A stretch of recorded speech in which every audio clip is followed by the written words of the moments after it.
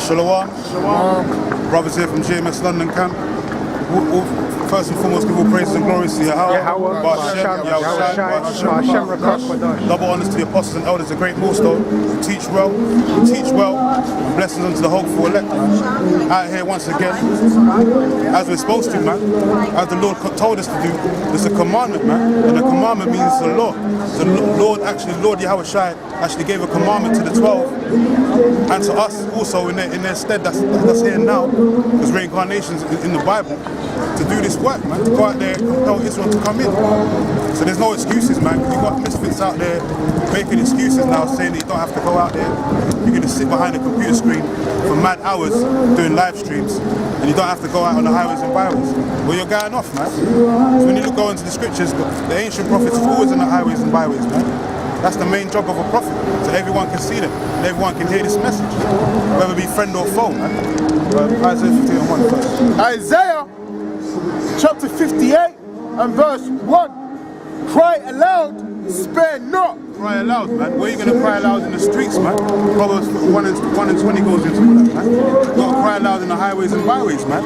You can't cry aloud in a basement, in a room, you know, hiding behind four walls and a computer screen. You can't cry aloud in there, man. That means you're basically scared, man. You're scared. You can't be scared in this truth. The Lord said He didn't give us a spirit of fear, but a bold spirit, man. And that's going to manifest before the nations, man. You're going to be a spectacle against this world, man. Why do you think Esau's going to come down in the men of the Lord, man? It's not because we ain't coming against this, we ain't doing what the Lord said to do. It's because we are. We're shutting down the beast, man. We're cursing these devils out, just like John the Baptist did when he was cursing out fucking Herod, man, for committing adultery, man. You know, with Herodorius or whatever her name is, man. Cry aloud, spare not. Lift up thy voice like a trumpet. Yeah, we're lifting up our voice like a trumpet. That means we're going to speak very loud. If we ain't got no microphones, our voice is a natural mic, man. So that's got to be amplified, man. You know? Lift up thy voice like a trumpet and show my people their transgression. Yeah, so we're out here to show Israel, you Negroes, Latinos, and Native Americans, 2/3 of you niggas ain't going to get this, but the rest of Israel, the elect, we're out here for them, man. As it says in Timothy's, we do everything for the elect's sake, man. You know, so we got a mighty job on our hands. That's why we can't play around with this truth. That's why we got to speak 100% truth once. We can't fiddle and faddle with it, man. We can't mix up the doctrine. We got to speak 100% truth. We all got to speak the same thing, no matter where we are on the earth, man. That's why you got, you know, the different camps around the globe of GMS, Great Millstone, pushing this word, man, to the forefront, man. While these other camps are lollygagging, playing around, you know, doing all other extracurricular activities. They ain't got nothing to do with this truth, you know, and giving us a bad name, putting us in a bad light. And the house of Jacob their sins. So we're out here for Jacob. So that's exclusive, man. We ain't out here for all the nations on the earth. Only thing that the other nations got to play a part of is slavery, man. They're going to be future slaves. So all we're going to tell them is you're condemned, your time's up, your rulership's up, Esau, the so-called white man, the kingdom's done, and you're going into slavery in the next kingdom, man. This is your last rulership. You've been ruling since the Greeks, man. Then you had a little seclusion for 1,000 years. But even that, in history, you still lie about that. Try and say that you was ruling during the Dark Ages. Because you're a devil, man. The great deceiver that's on the earth. But the truth's coming out, man. They got all these different programs. You know, Lancelot, Sir Lancelot and shit. You know, playing the black man and all that. You know, they had other ones as well. Off the top of my head. But there's many of them right now, and they all got black characters playing the main parts. Why? Because these devils know that in the Dark Ages, that Jake was ruling in the Dark Ages, man. And they can't tattletale, put lies on it no more, man. The truth's coming out. You know, go on. Precept?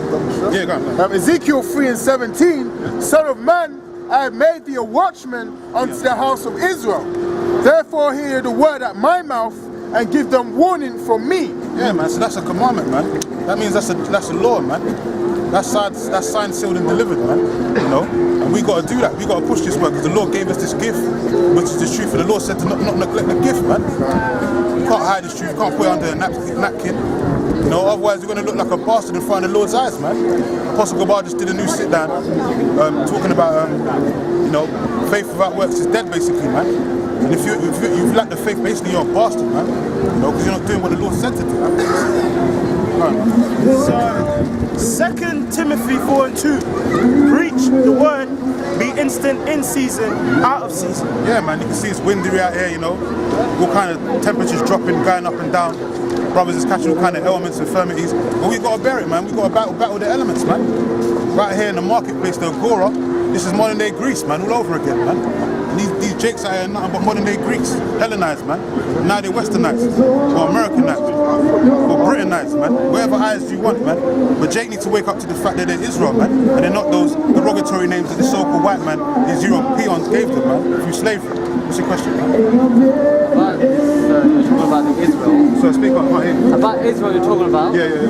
I know they come up, they got their own Bible, you got their own. They've got their own Bible. Yeah, basically, you guys don't know. They have the Torah, right? Yeah, the Torah is inside the Bible. It's King James Bible. It's got the Torah and it's got all the rest of the books. Yeah, so you were talking about Israel and I want to listen carefully about you. Well, you got those Europeans over there in the land of Israel today. Right. They're called imposters. Yes. They're called infiltrators, man. Yes. They took that land from us Yes. through our downfall, man. Because we got cast out of that land by the Most High. So as a punishment, we got all kinds of heathens running through that land, causing mayhem and defiling the Lord's land. Yeah. But things are going to change in a moment of time, man. Those people that are in that land today, they're going to get blasted to hell and back out of that land by something called nuclear missiles. Then we're going to go back to that whole Isaiah 41. So African destruction, yeah? Sorry? African destruction. Sorry, say that again? So basically, American destruction is the hand, yes? American That destruction. one, yeah? Yeah, nuclear missiles are going to burn America, man. That's going to be their judgment. You know, it's called the second death. It's called the lake of fire. It's not talking about hell burning underneath the ground. The lake of fire is talking about nuclear missiles that's going to torch America, man. Through something called World War III. Which if you're watching the news, up to date with the news, you can see that little skirmishes are happening between all the superpowers of the earth, America, China, Russia, and sooner or later World War III is going to take place. It's inevitable. It's already happening. Like, you see Syria and all the conflicts. all the conflicts going on. It's hatred. It's going to come to a climax. It's already started. This is already World War III started already. There's one thing, is America think they can go around bullying the nations forever, but it's going to come to a point where America ain't going to be able to do that no more. Because all the other nations got something called military might. Yeah. They got the nuclear weapon as well. That's right. So they're all going to go, it's all going to come to that clash of the titans. They're going to go head to head very soon. Revelation 11 and 14, the second woe is past, and behold, the third woe cometh quickly. You know, he's not a Jake, he's from the other nations, but even he knows certain things are going on. Geopolitics, man. Everything ain't all sweet out here. World War III is right in the midst, man. And the majority of the people out here are just sleeping, they're sheeping, man. They got that veil over their eyes, man. Yeah, gross darkness, man. And they're gonna stay like that till the missiles come. You know? Anyway, let's go back to see, that's part of the message that we got to come out here and put and teach, man. Because the majority of the people out here don't know what's going on in the world, and they're lost. You know? That's why we got to come out here to teach the word, man. Because that's relevant. All world news, all social media, all that shit's relevant in the scriptures, man. Of the times that we're in. This is Jeremiah 28 and 8. The prophets that have been before me and before thee of old prophesied both against many countries and against great kingdoms of war and of evil and pestilence. Yeah, we're in a time of war, evil and great pestilences, man. Sooner or later they're going to start releasing bare pandemics out here, a new version of Ebola. People are going to be dropping dead like flies, man. They already just said that they got a new disease that just broke out over there from West Africa that's travelled through different parts of Europe, Holland and all that. I'm thinking some new form of mad cow disease that they said is uncontrollable, man. And they said it's travelling, man. They had to cut crops and cut off the animals and all that in them different lands because everything's being infested, man. And that thing's going to increase. It's going to get worse and worse.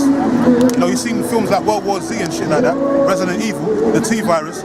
Them viruses are going to be released out here, man. You had a bunch of niggas going nuts. I see a bunch of little skit videos of people going nuts, basically busting themselves bare naked and going crazy over that K2, man. That drug K2. That shit drives people mentally out of their fucking mind state, man. They go crazy, man. But what? They do start doing heinous acts, like walking around the streets butt naked, running into fucking walls and lampposts and shit like that, trying to hurt themselves, man.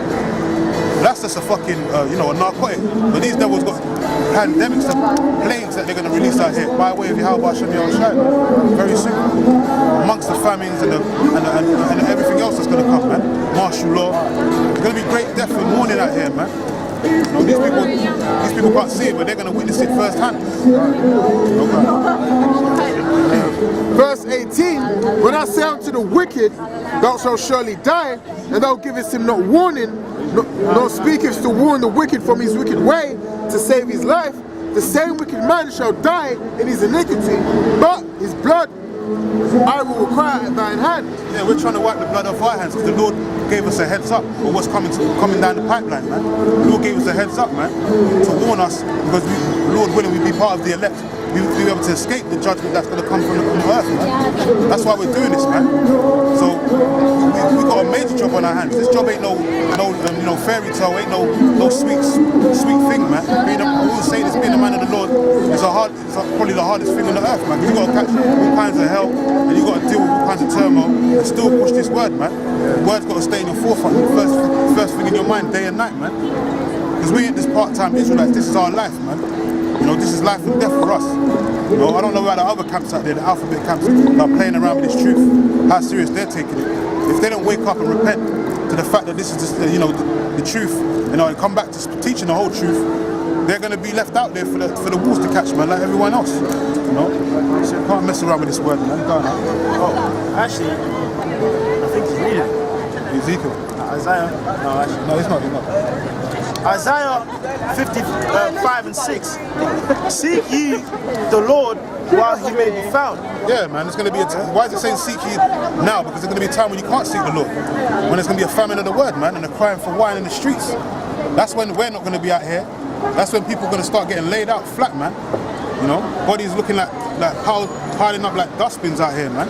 That's going to happen. That's what's going to happen when we shut up shop out here, man. When the Lord signs the deal, seals the deal, and tells us, you know, we don't need to go out there no more. That means the elect's been basically sealed. You know, and the elect's being sealed right now as we speak, man. You're seeing the third temple right before your eyes. Yeah. We ain't got to go get no bricks and mortar, you know, and start piling up bricks and trying to build a third temple. The third temple is all the camps around the four winds. The great millstone first and foremost, starting with the apostles and elders, the great millstone, man, pushing this truth. Yeah, like Apostle Charles said, every camp is like a big brick, man. Like a brick, man. You know? So it's the kingdom. It's being built now as we speak, as we labor and do this work. And the foundation is this truth, man, that one doctrine. That's why you can't change things, man. You're fucking up the foundation of things, man. You know, you add them schisms to the flesh. There's no schisms in this thing, man, in the body of Yahweh Shai. Everything's in unison, man. Just like Yahweh Shai and the Most High Yahweh is in unison, in agreement with this truth. It says, call ye upon him while he is near. Yeah, the Lord's near now. How is he near? By his men. You don't want the Lord to physically come down here and talk to you, because you ain't going to make it, man. You know about the story in ancient times with Moses, when we got delivered out of Egypt. That wasn't enough for Israel, man. They still wanted more. They still neglecting, man. You know, the leadership and all that. So that when the Most High was going to show himself, Jake didn't want to deal with that, man, because that was horrifying, you know, and dreadful to see. The Most High is all powerful, man. You don't understand what kind of power that is, man. That's why it's called the Most High, Almighty, man. And his son's just like his father, man.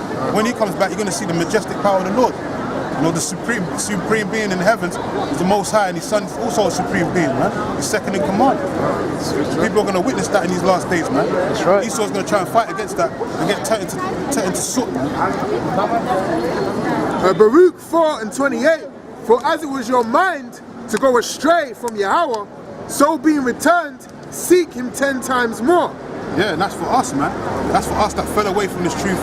Was once like, you know, these Greeks, I should say, I'll just use the term, Hellenized or whatever, westernized, but the Lord woke us up out of that, man. He took the veil off our eyes and gave us this word, man. So now we come back into this truth, we've got to seek the Lord 10 times more. Meaning we've got to constantly be pushing, man. Earnestly contending for this faith, man. Not slacking. Not making excuses, man. Talking about you don't have to go outside no more because you've been outside for the past 10 years. That's BS, man. The scripture says, he that endureth unto the end. We ain't at the end yet. We're in the end days. We ain't at the end yet. You got to finish the work. You got to finish the job, man. I mean, we're on site. Yeah. You don't want to turn up to work because it's cold outside, man, but you don't get the peace then. You won't get paid. You can't go to work and say, oh, go 1 week, don't turn up the other week.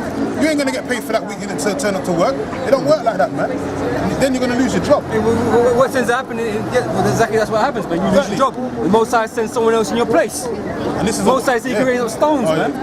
Let another man take a crown, roughly paraphrasing. You know, and this is a one-time employment thing. Once you come in, you can't get out, man. Unless you just want to die. You know. Most High wants his work finished, man. So labourers have to be labouring constantly, man. Labourers, man.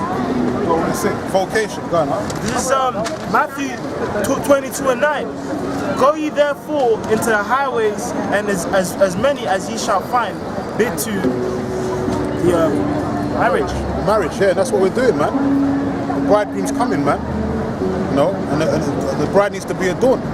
You know, we're part of those virgins, like it talks about in Revelation, that wasn't mixed with any other new wine or doctrines, man. Stuck to this truth to the bitter end. Even if we had to be made martyrs in the end of this thing, man, we're still stuck to this truth. That's the main point of this whole thing. So this is serious business, man. You know, we can't stress it more enough. You know, like brothers that don't want to take this thing seriously, that's on them. You've been warned, though, man. You've been warned. Get Luke 14 and start from verse 15. I got a quick one, is that right? Yeah, 2 Timothy 4 and verse 7. I have fought a good fight, I have finished my course, I have kept the faith. Kept the faith, man. That was Paul speaking, man. And then he had that film, Book of Eli, where Denzel used the same line, man, at the end of the movie. He said, I finished the race, finished my course, man. And he died at the end, man. His mission was to hold on to the words of the Heavenly Father and transport it to another part of the earth so it can be published and published throughout the earth, renewed throughout the earth again, man. Republished, man. We was asked or told to strive unto death, man. Strive unto death. So that's what it's got to be, man. Yeah, man. Just like Paul did. Exactly. And yeah, as I said, Book of Eli, he died at the end, man. You know, he gave up his life for this truth. Well, not for the truth, but And also the scripture says to earnestly contend for the faith. So to actually contend for something, it means it's not easy. Yeah, so contend means to fight. That's right. Because even the apostle Gabar himself said, you know what? At times I'm not in the spirit, but I fight to get in the spirit by praying. You know. Yeah, that's one thing a lot of brothers ain't doing, man. Because you ain't got faith, man. You lack faith. You're supposed to pray for faith as well, man. If you're lacking, man. Those things, that's what the Heavenly Father's name, Yahweh, and His Son's name, Yahweh Shai, there for, man. They ain't just there for no reason, man. You know, those are the most powerful names in this earth, in this universe, man. You gotta pray to those names in anything. You know, the Lord said, put your burdens upon Him. He wants you to beg. He wants you to call upon His name and deliver you out of them tribulations, man. You have to call upon His name. You have to pray, man. The word prayer means supplication, means to beg anyway. When we're praying to the Lord, you're begging, man. You're begging for His help. This is Luke 18:1, and he spake a parable unto them to this end, that men ought to always pray and not faint, saying, there was in a city a judge which feared not God, neither regarded man. And there was a widow in that city, and she came unto him, saying, avenge me of mine adversary. And he would not for a while, but afterward he said within himself, though I fear not the Most High, nor regard man, yet because this woman troubleth me, I will avenge her, lest by her continual coming she weary me. And the Lord said, hear what the unjust judge saith. So that whole parable there is a great example of you know what, constantly pray. Because at times, right, you might pray into the Lord, right? But it's important to understand the praise in which you say unto the Lord is on His time schedule, it isn't on your time schedule. Like you might be praying for a year for faith, right? To test your faith, and after a year, you kind of just feel in the spirit that I'm growing in faith. And this example there, she just kept complaining like, Yeah, basically we're complaining to the Lord. Complaining to the Lord. Want the Lord to come back, destroy these devils, these so-called white people, these Edomites, put them into slavery. Complaining to the Lord every day, man. A spirit's crying to the Lord, man. Whether we're praying or whether we're just being somber in the spirit, man.